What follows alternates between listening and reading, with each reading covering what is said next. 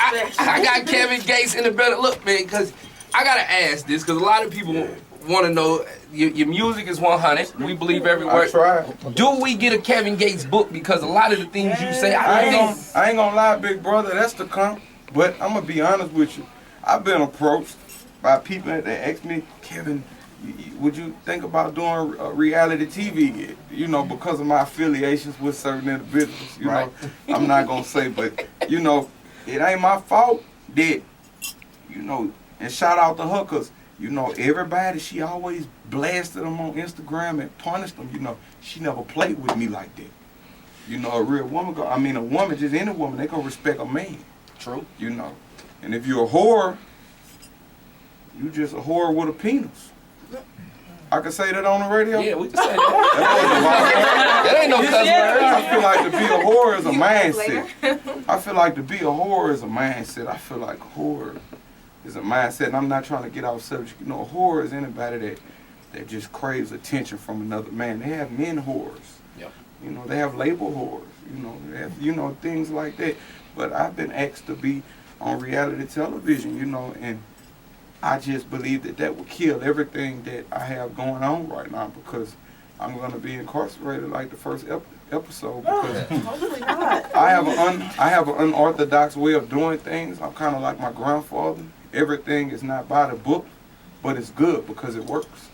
Like me getting in the car when picked up one of my little youngins one time and just did 100 miles per hour, you heard me? He, slow down, you gonna kill us. But the way you living, you ready to die anyway, so let's die. But he got the message. And you know, that was an unorthodox way of doing things. That wasn't traditional, that wasn't by the book, but it worked. You know, his mom still called me to this day and, Kevin, thank you, I don't know what you did. Man, you know, did about 200 in the car and pull a pistol out, and we were like, let's play Russian roulette. Come on, let's play. Come on, your turn. Let's get it.